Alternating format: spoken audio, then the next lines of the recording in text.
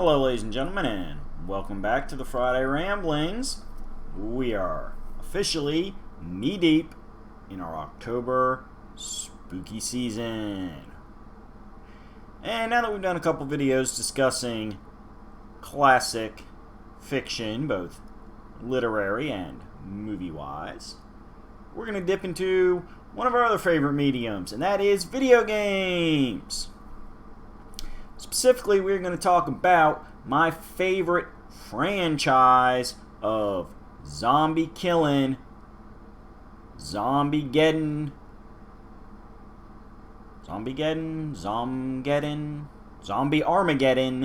however you want to shorthand it, fun times. And no, I am not talking about Capcom's never-ending, always spinning off Fun Boy.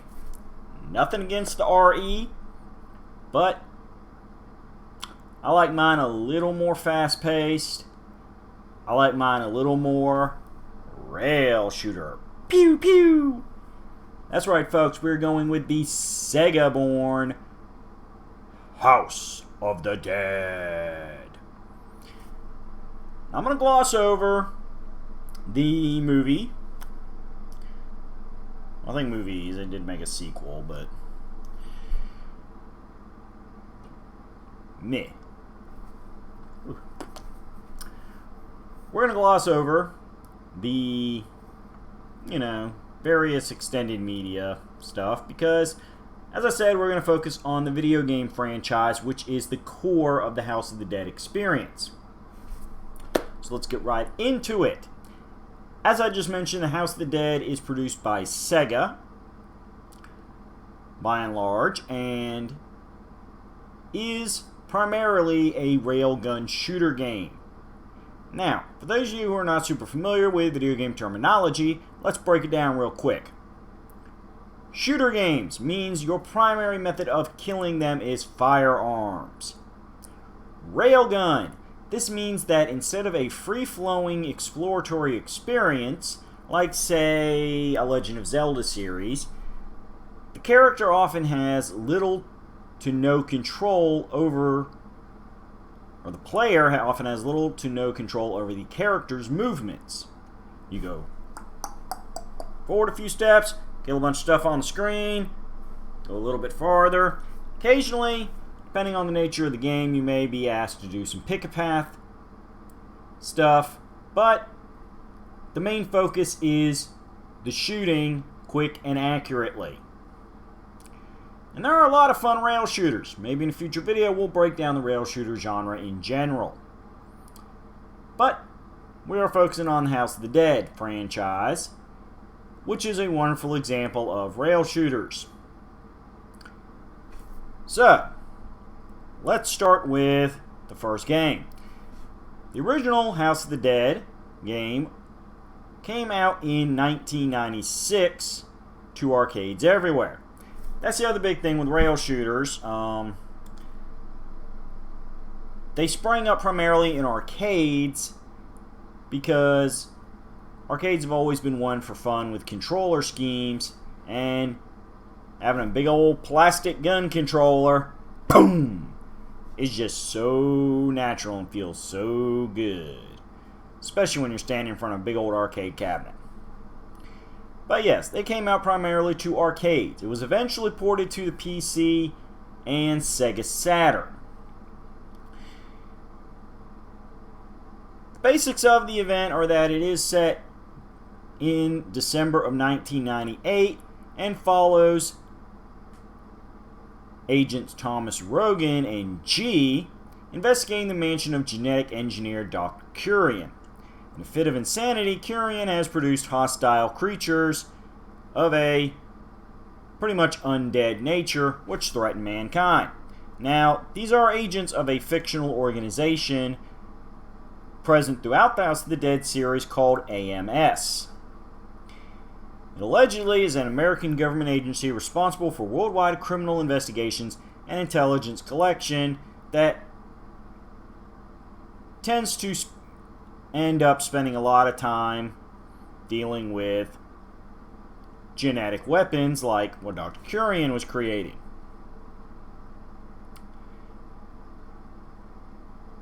Now, as I said, AMS is presented throughout the game series, although its true purpose and full origins have never been stated. Kind of like jumping franchises here, the Men in Black of Tommy Lee Jones and Will Smith fame. We know they work. We know they have some kind of bureaucracy to them. We know they answer to somebody. But who is never directly stated, and frankly it's not important, which is why it was never stated. All you got to know is your main hero characters have formal training in the use of investigation and firearms. So good for them. Now, the major reason why they come upon Dr. Curian is that Thomas Rogan's fiancée, Sophie Richards, is a researcher helping, well, kind of helping with what Curian was doing, kind of not, because it was, heavily implied she didn't really fully understand everything he was doing, because she's a good person. Now, Sophie Richards is very quickly kidnapped, and you have to run through the mansion trying to get her. You go through a few bosses that are all based off major cards in the tarot deck, such as Hanged Man, Chariot, Hermit, and the House of the Dead iconic Magician. Magician pulls a classic villain trope and decides that since it is a superior being, it is not going to take instructions from lowly human Dr. Curian and kills him for the AMS agents defeat the Magician. Now, one of the fun things about these House of the Dead games is that they love their multiple endings. So, we're going to break down the endings real quick.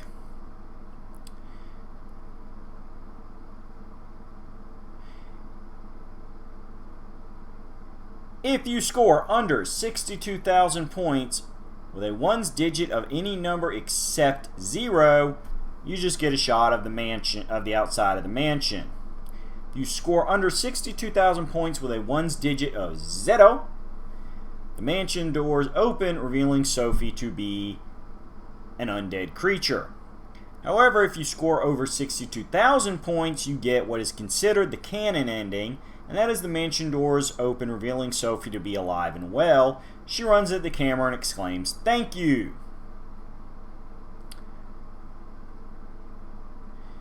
One of the other things established in the first House of the Dead game that would become iconic to the series is that randomly throughout the levels you rescue civilians. However, this is not guaranteed. It requires very quick, very accurate shooting to make sure that you kill the enemies on screen trying to attack the civilians without also shooting the civilians themselves. If you can do this, you get big bonus points, which really helps you get that best ending. Also, it makes you that much more heroic.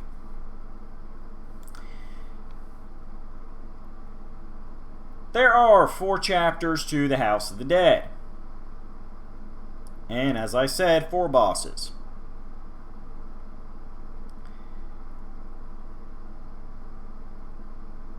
Now, currently, there is groups trying to remake the original House of the Dead game to look more modern HD graphical because, I'm going to be honest, I have a digital downloaded PC version, and I'm fine with the graphics because I started gaming back in the 8-bit days, but kind of like going back to those early PlayStation 1, Nintendo 64 era graphics,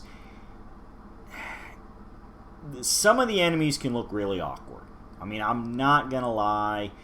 While I'm generally not a huge fan of doing remakes just as cash grabs, I would say that this game is old enough that you could get away, with doing a HD release as long as it is pretty much just a graphical overhaul. I don't want to see extra levels. I don't want to see DLC, especially DLC you got to pay for. I don't want to see, oh, we changed the, character designs to make them, like, super in line with modern social sensibilities. Like, No, I'm not going to give specific examples because that is not a Halloween-y rant. And it is not something for this particular video, but yes, there are right ways and wrong ways to remake games. We will save that for another time. But yes, there are people working on a remake of the original House of the Dead. How that remake comes out is certainly going to interest me.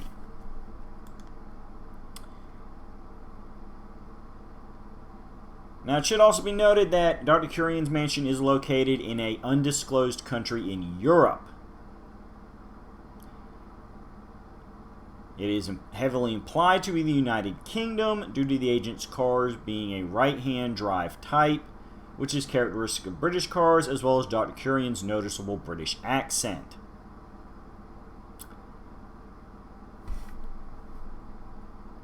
Now, from there, we jump to House of the Dead 2. Now, I'm going to go ahead and warn you as we get into these sequels, you're going to notice some awkward dates being thrown around. That is because the House of the Dead franchise does not occur in chronological order. It does jump back and forth along the timeline. And that's okay. They are fun games, but just keep that in mind as I throw out some basic plot information here for you. Alright, The House of the Dead 2, released in 1998, so 2 years later, on the arcade, Sega Dreamcast, Microsoft Windows, and received an eventual port to the Nintendo Wii as a compilation with House of the Dead 3, which we will touch on in a minute. So, good times. The House of the Dead 2 is set 2 years after the 1998 Curian Mansion incident from the first game and follows new AMS agents James Taylor and Gary Stewart as they investigate an unnamed Venetian-inspired city overrun with biologically engineered creatures.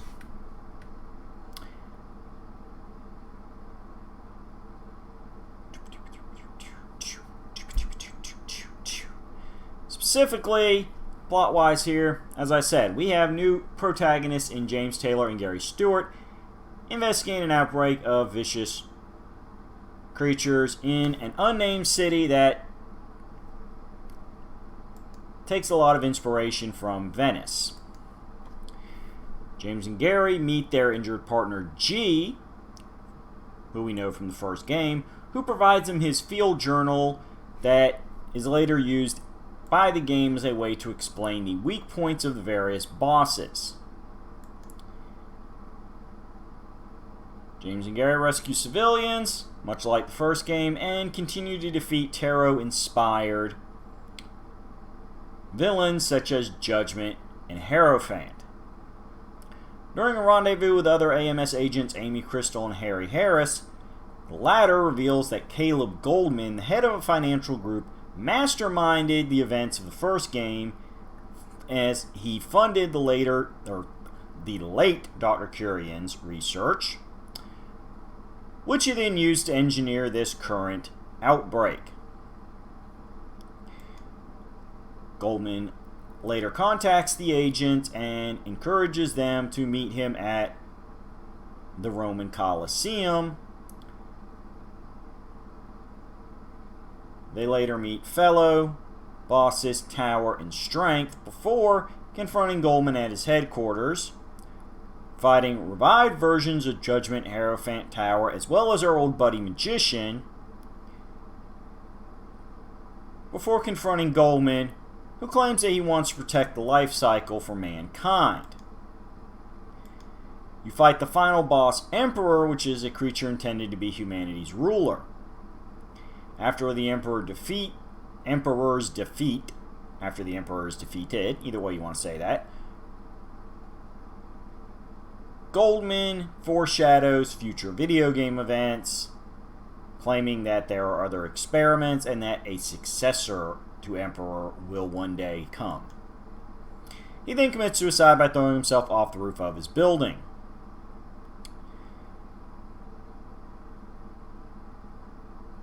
Now, as for your endings,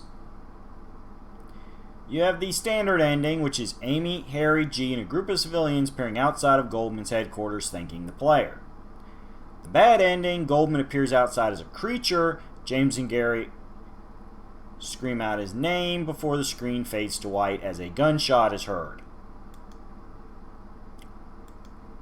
Finally, the best ending, which is AMS Agent Thomas Rogan, our other buddy from the first game, appears at the entrance to Goldman's headquarters, reveals that G and Harry are alright, and says, "On we go to our next battle." Further foreshadowing that Sega was planning more House of the Dead games. Now, depending on which port of the game you play, there are different game modes presented in this one to upgrade things from the original. You have the standard classic arcade mode. You have original mode, which is similar to arcade mode but allows players to use 2 bonus items prior to starting the game, which have uses ranging from increased life and credit score to selecting alternate costumes. A training mode, which consists of different training stages that must be cleared in order to pass, basically allowing you to master the mechanics of the game. And a boss rush mode, which is pretty self-explanatory. You just focus on fighting the bosses instead of having to go through the level to get to them. This brings us to the House of the Dead 3.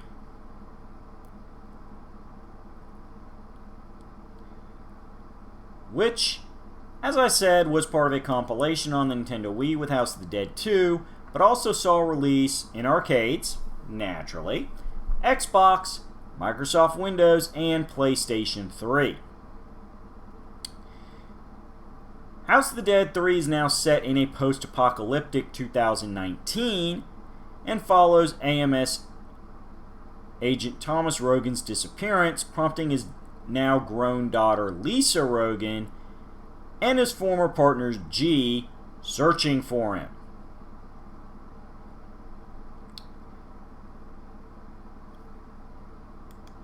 This leads them to a research facility that seems to be the source of the zombie Armageddon that has now overwhelmed most of the world.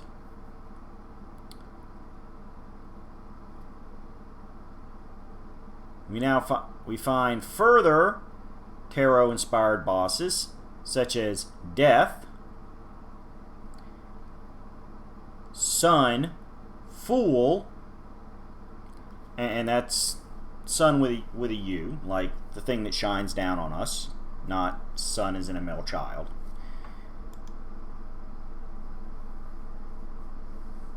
And more importantly, an unknown figure that seems to be spying and stalking our wonderful heroes. This figure is revealed later in the game to be Daniel Curian, the son of Dr. Curian, who suffered from... My mouth has become possessed and will not let me continue. Freedom!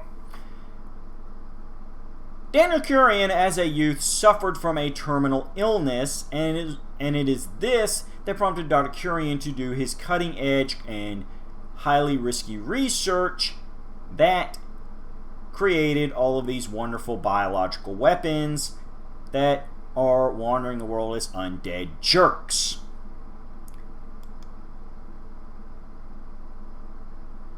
Now, while successful at curing Daniel, Curien did eventually go mad, prompting the events of the first game that we have already discussed.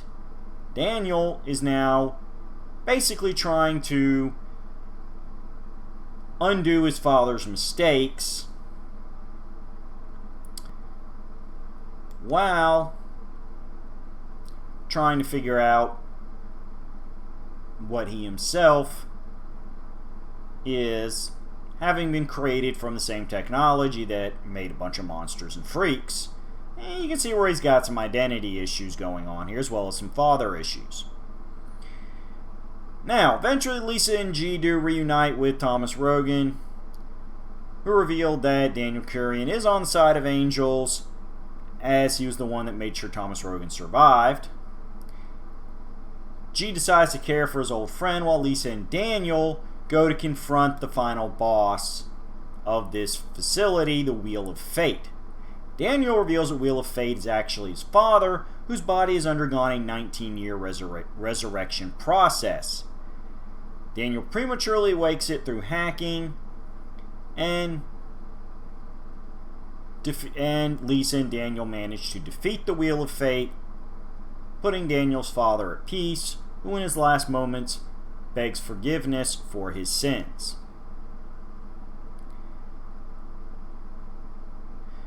So, we have 4 endings to this game, depending on the player's performance and the multiple branching paths taken. First, we have Daniel pausing to face the research building and bid his father farewell. Swearing not to let his father's efforts go to waste, Daniel promises to return if, quote, humans go down the wrong path again. He and Lisa then leave. The second ending is that Daniel loses the will to move on and acts erratically. His voice turns deep and monstrous, and a close-up of his face reveals that he has now become one of these creatures. Lisa screams in the background. The third ending is that Lisa sees her car drive away, yet Rogan and G are behind her. It's revealed that a creature is behind the wheel. Lisa and Daniel give pursuit, with the former shouting, "Hey, that's my car!" while the 2 older agents watch. Finally, in the fourth ending, you get an unknown man who's wearing a business suit strolling into the Wheel of Fate's laboratory to retrieve Daniel's genes. He mutters, it appears that Curien didn't understand its true purpose, and proceeds to laugh evilly.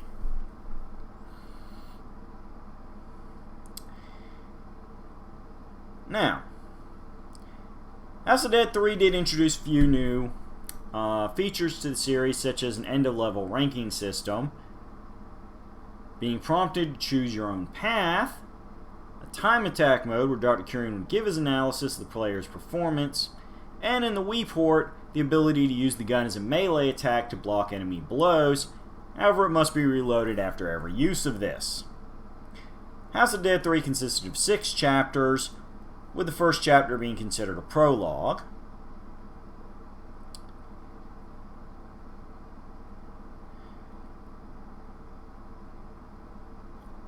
And this brings us to the House of the Dead 4.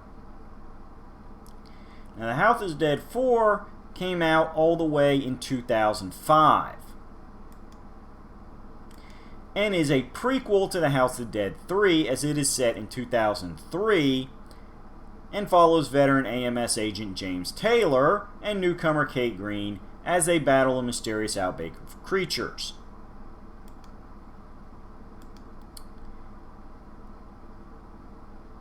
Now, House of the Dead 4 so far has come out on arcade and PlayStation 3, and is the first light gun arcade game with a high-definition widescreen display.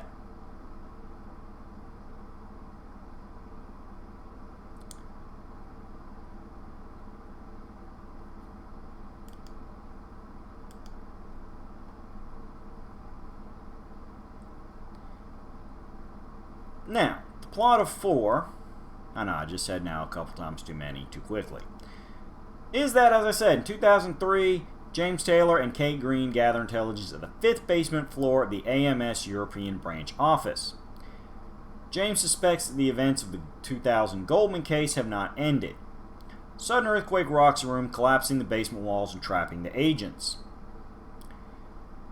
Several days later, hordes of creatures appear on the security camera. James and Kate must arm themselves and escape. In the process, they discover a plot to fire nuclear missiles worldwide within 24 hours' time. Continuing the tarot theme, James and Kate battle Justice, the Lovers, the Empress, and Temperance. James eventually receives a PDA message from the late Caleb Goldman.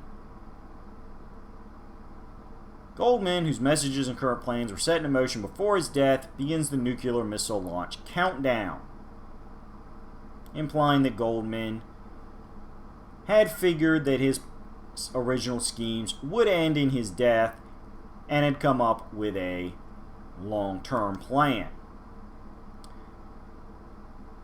James and Kate managed to make it to Goldman's abandoned headquarters and defeat the Star before confronting Goldman's final legacy, the World, which is released from beneath the courtyard, fulfilling its role as Emperor's successor. The world continues to grow and revive itself until James sets his PDA to self-destruct, sacrificing himself along with the world in the following explosion. Now, like 3, House of the Dead 4 has 4 endings. First ending is that the viewer returns to Goldman's office computer, continuing his pre-recorded message. He gives a final statement as he walks away. "Ah yes, there was one thing I forgot. The human race has not been eliminated. Travel north. Hope is such a splendid thing." Second ending is much the same as the above ending, except when Goldman mentions hope, he takes off the glasses, and the camera reveals that his eyes are glowing red and his face is pale, implying, much like in the bad ending in the second game, he himself has become one of the creatures.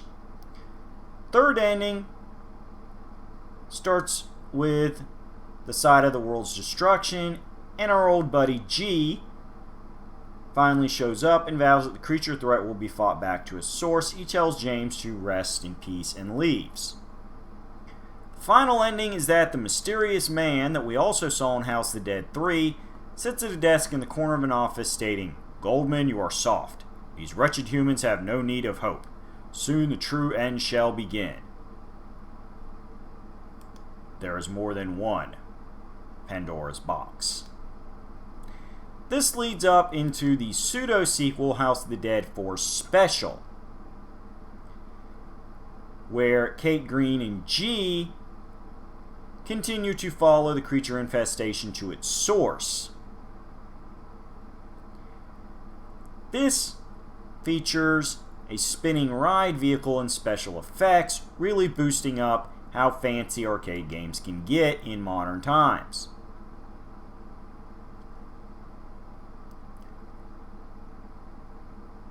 Set in 2003, we see Kate, Green, and G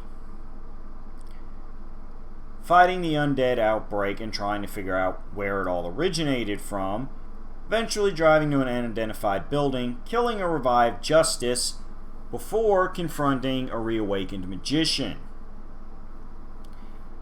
Upon defeat, Magician attempts to open the second Pandora's box, which appears before him.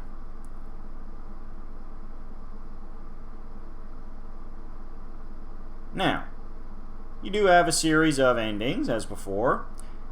If you fail to destroy Pandora's box, Magician activates several clones of himself, laughing as G says, "Who's next?" This is considered the bad ending. The good ending sees Pandora's box destroyed, Magician claiming "nothing can erase my pain" before exploding. As they leave, G tells Kate that their fight is about to begin. However, if you manage to be super awesome at the game, you see an extended version of the good ending in which our mysterious man limps back to where a magician was fought, remarking, "So Pandora's box has been closed. That is, if there is any hope left. The wheel of fate cannot be stopped." Hinting at the events of House of the Dead 3, which, as we said, does occur after 4.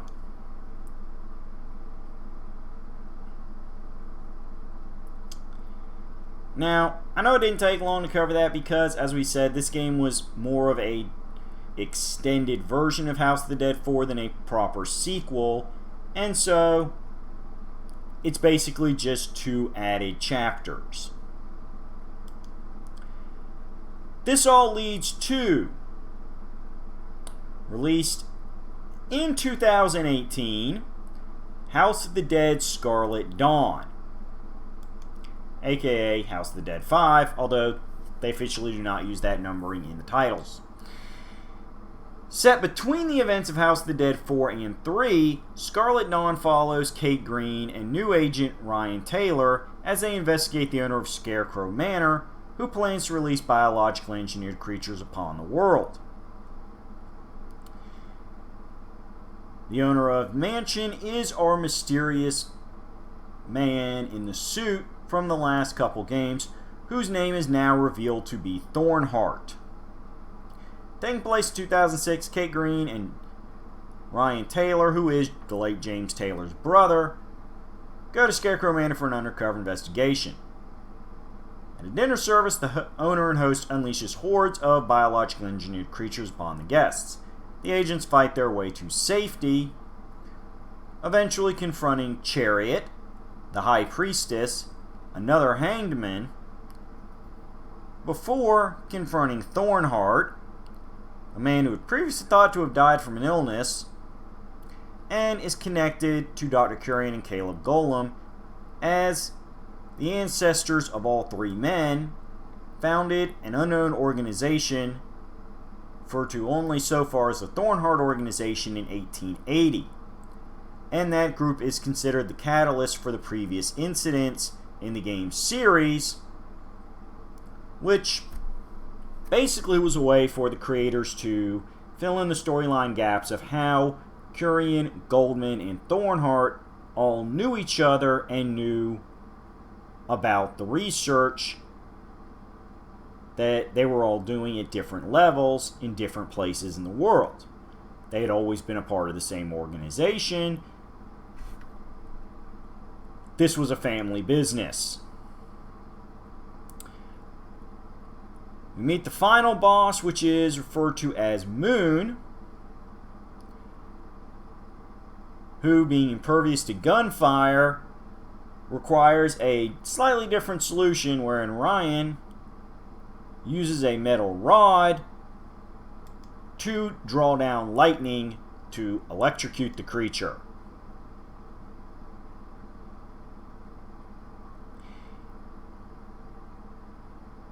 We now get 4 endings, in which the first, Thornheart, alive and unharmed, walks among rows of incubation tanks, claiming it's impossible to change a predefined future.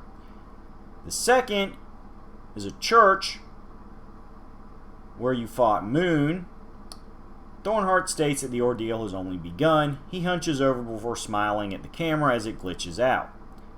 The third ending sees Thornheart stand up from his chair and leave the same church, cryptically stating that he saw out the evolution of envy and vows to follow up with arrogance, for delivering the same line from the first ending of "It is impossible to change a predefined future."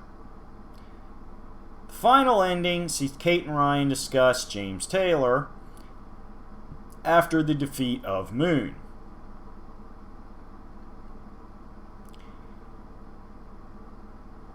Now, besides the standard mode, which is story mode, you can also unlock select path mode, which allows you to skip the prologue, meaning you can just jump into the middle levels of the game and get right into the really nitty-gritty hard parts. You still manage to rescue civilians, but also have to now deal with environmental hazards, such as shooting chandeliers to use against hordes of creatures.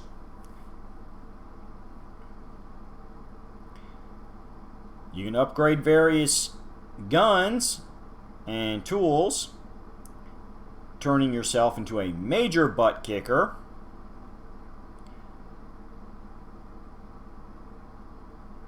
So, you also get variety in your weaponry. So far, this is the most recently released House of the Dead game. However, we are not done. Those 5 games make up the core series. There have been a few spin-offs, which we're going to run down real quick here. English of the Dead is an educational spin-off to the House of the Dead 2, developed by Now Productions and released by Sega to Nintendo DS in Japan on May 28, 2008. The game involves translating Japanese words into English to kill creatures. This bears a lot of similarities to the previous released Typing of the Dead, which was originally released to arcades in 1999 before being ported to Microsoft Windows and the Sega Dreamcast in 2000 and 2001, respectively. Typing of the Dead features the same story as the House of the Dead 2, but modifies the gameplay so that players must type words, letters, and phrases to defeat creatures. Although it is marketed as an educational game, most people find that the typing words to kill zombies form of interaction to be comedic.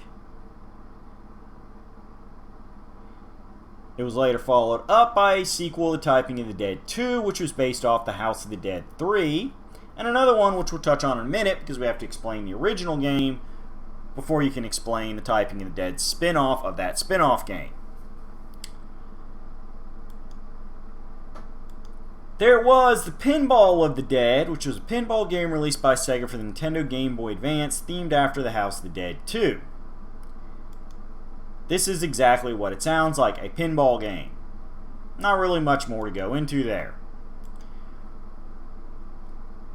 You have Zombie Revenge, which is a horror-themed beat-em-up, released in 1999.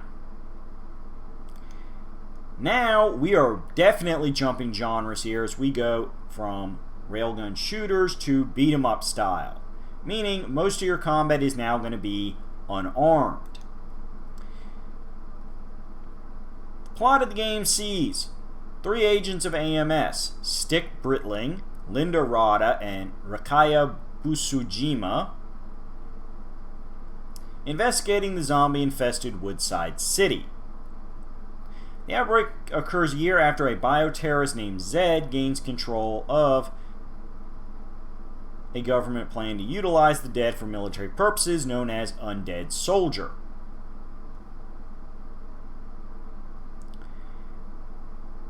The agents manage to confront Zed throughout the city, chasing him down before finally confronting him as he transforms into the God of Destruction, officially known as the Black Magician. Its power determined by game interaction. Zed is defeated and explodes upon defeat.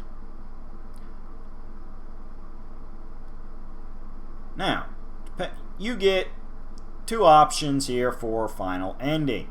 Depending on the survival of civilian girl Yoko, who you meet in the first stage,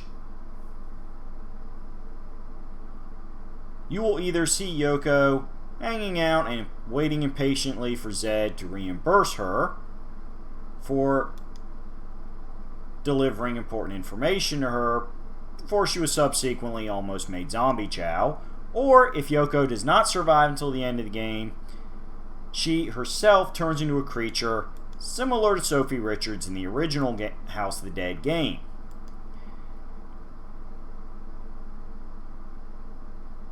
Now, released in 2009 in Japan to arcades we have the Loving Dead's The House of the Dead EX. This game concerns a young zombie couple, Zobio and Zobiko, who seek to escape from captivity. Each stage consists of minigames which utilize the cabinet's light guns and foot pedals, such as shooting apples or stomping spiders. The goal of each minigame is to fulfill a quota within time limit, and failure to do so costs you a life. The game has never received release outside of Japan. However, apparently there is an English language version on the BIOS, so theoretically would not be hard to port it. You have 4 chapters to this, and that's basically all there is to say about it.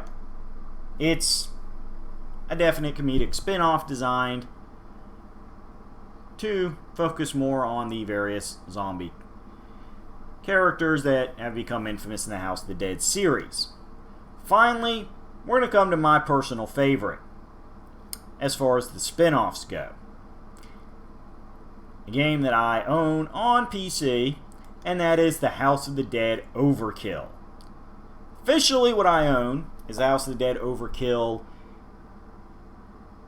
Extended Cut, which was originally a port that added extra levels. Bear with me. The original House of the Dead Overkill did come out as a Nintendo Wii exclusive. It was later ported to PlayStation 3 in the Extended Cut version, which added 2 levels, allowing you to play as alternate protagonists who are supporting characters in the other levels of the game. Well, one of them supporting character, one of them was created to be a storyline character for the extra 2 levels. Now, here's where everything pays off from a little cryptic comment I made earlier. The version you get on PC also includes a typing of the Dead Overkill version of the Extended Cut, which means you can go either guns blasting or words firing off, depending on your personal flavor, which is all good fun. I have played both versions, beaten the game under both versions. It's a good time no matter how you choose to interact with the game. Now, one of the things that makes House of the Dead Overkill very unique in the House of the Dead games is that it's a little quirky by House of the Dead standards. It is a rail shooter, much like the core series games. However, it's a potential prequel to the House of the Dead 1. By that I mean it was not designed by the original core team, although it was published by Sega. It was developed by Headstrong Games. Came out on the Nintendo Wii in 2009. And it is set in 1991, featuring a young G and a local police detective named Isaac Washington. The game features new villain Papa Caesar, who is a local crime lord that has begun recently releasing creatures throughout town, drawing the attention of G. Now, because events of the game have never been referenced in any other House of the Dead game, it can be debated as whether or not it is true canon. Personally, I thoroughly enjoy the game. I think that with a little bit of massaging and a potential House of the Dead 6 one day, you could fit the events of Overkill into the greater mythology. But the part that really makes it fun is it's inspired by grindhouse films, in which I mean there is a lot of profanity and general disgusting humor. There is puking, there is farting, there is some sexual content. Not like you're actually watching people have sex, but there are extremely beautiful women showing off a lot of skin, and there are people making references to having sex pretty blatantly. Which means, all in all, it is more so than any other House of the Dead game, which are about shooting zombies before they can kill you. Very much mature rated. Do not let children play this game. It was not intended for them. I mean, if you really want to let your little children play this game, hey, you're their parent. It's your decision. I'm not going to judge. But officially, it was not meant for youngins to play.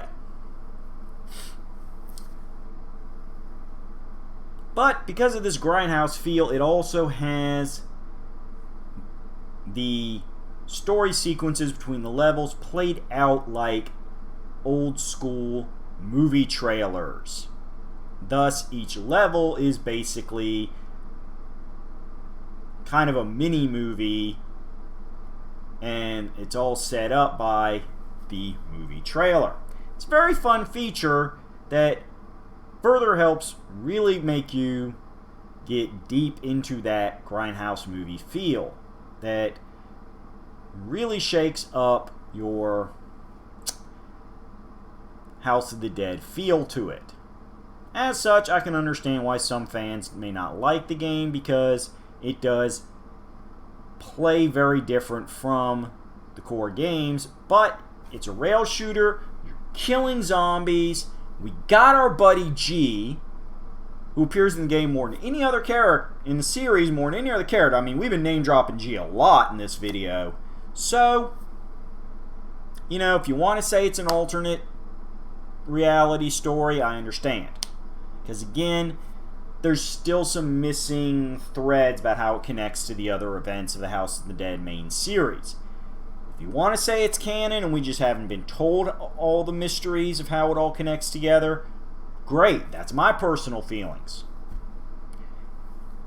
Good news is that this game is available on Steam. Now, officially, when you see it on Steam, it is going to be called The Typing in the Dead Overkill. Do not worry. Get the game, download it, install it, and you will see within the menu a choice to flip over to House of the Dead Overkill Extended Cut. Now, like the last couple games in the House of the Dead main series, you do have the ability to purchase various weaponries as you play the game and replay the game,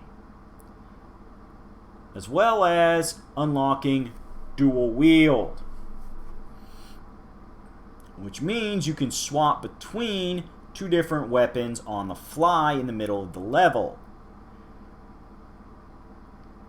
This is fun. Personally, I like to use the one gun for the level itself, as it's a power weapon that's going to one-hit KO pretty much everything, which makes it a lot easier to avoid dying.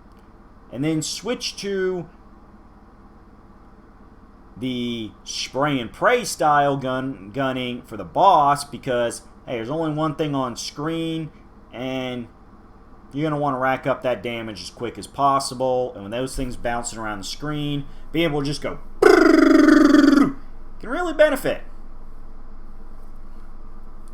So, where does that leave the House of the Dead franchise? Well, as I said, the primary series has 5 games and has managed to bounce back and forth, 3 being the game farthest set into the future, and introducing several protagonists, including second-generation Lisa Rogan. Are we going to get a 6th game? I don't know. As I said, 5 just came out 2 years ago. It may take a while, but hey, I'm all for it. I would personally, as somebody who loves Overkill, and the idea that this Thornheart organization may have had more people involved in it than simply these three families, it could be very fun to try to tie Overkill into the canon proper and explain how we got from Papa Caesar and his buddy, who I'm not going to mention because there are no spoilers for this game. It is the easiest game in this series to find on the internet, as it is up on Steam and is quite affordable. You need to check it out, assuming you are old enough to be able to deal with the more mature adult-rated content of the game. If you're a little kid watching this video, discuss purchasing this game with your parent, as it is mature rated. And again, while it is certainly up to that individual household to decide what the children are allowed to play, this needs to be informed decisions by the parents, so the parents truly feel they're making the best decision for their individual child. Get them in October. There's nothing that's going to put you in the Halloween feel more than waving down zombies left and right. Do I want to see a House of the Dead 6? Yes. Will I be disappointed if it doesn't mention Overkill? No, I certainly understand the stance of the developers if they choose to keep Overkill as a alternate canon spin-off. Would I love to see it all tied in proper? Yeah. Let's bring back Isaac Washington. I want to see him later down this House of the Dead timeline.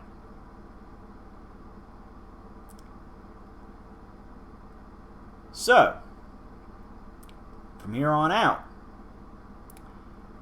can we say House of the Dead is better than that other zombie-busting franchise from that other company we mentioned at the top of the video?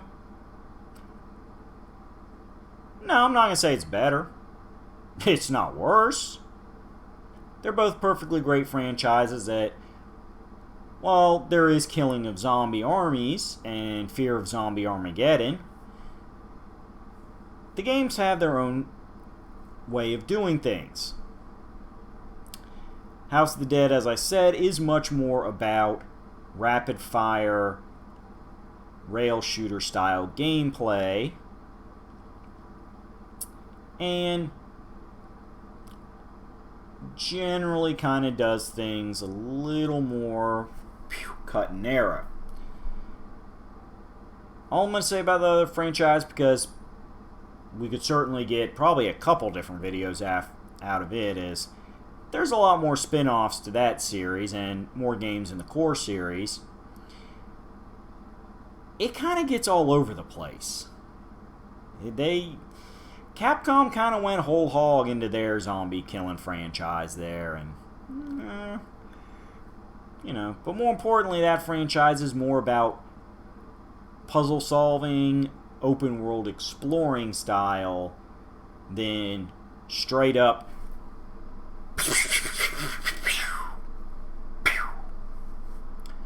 so it's all about what your personal flavor and preference is. I got nothing against puzzle solving and exploring, but that's what I got things like Zelda and Metroid for. If I'm going to be killing zombies, I generally like that more fast-paced gameplay that the rail shooters give us. I know, see you in that comment thread. You think you're going to snipe me. You think you're going to outsmart me. Yes, I know some spin-offs to Capcom's franchise did go railgun shooter way. I get that. But it's not the core franchise.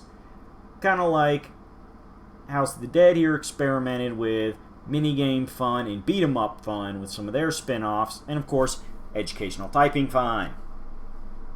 We're talking core franchise here. Differences between the core games. Those differences are important, but that does not mean you have to divide the community. You can like both franchises. You can like them for different reasons, and if you don't like one, you don't have to be horrible to the people that like the other one.